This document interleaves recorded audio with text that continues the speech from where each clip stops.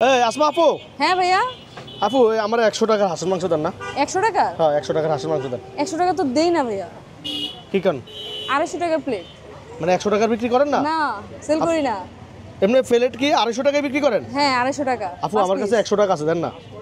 কিন্তু হয় না যে ভাইয়া। দিবেন না? হয় না তো। একটু দেখেন না, আপনি একটু দেখেন।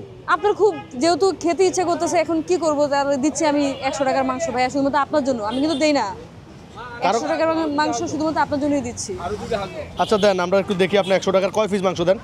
দর্শক, আসমা আপুর হাঁসের মাংসের দোকানে দেখুন, টাকা নাই, 100 টাকারই মাংস নিব আজকে। দেখি দেখা যাক কি করা যায়। আপু দিবেন আমারে না? হ্যাঁ ভাই, হাফ প্লেট নিলেও 130 টাকা আসে। মানে হাফ প্লেট বিক্রি করেন 130 টাকা? না, বিক্রি তো করি না, যদি কাউন্ট করি। আচ্ছা আচ্ছা, এখন যেহেতু আপনি করছেন, এই যে দেখেন, দেন। এখানে 3 পিস দিয়ে দিলাম আপনাকে। এটা কি শুধু আমার জন্য হ্যাঁ, এখন নাকি যাদের পকেটে টাকা থাকবে না তাদের জন্য?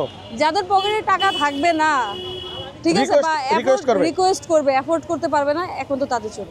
আচ্ছা আপু, ধন্যবাদ, ভালো থাকেন। হ্যাঁ আপু। ওকে ভাইয়া। আচ্ছা আমি তো কাস্টমার, আমার জন্য বেশি দিব না।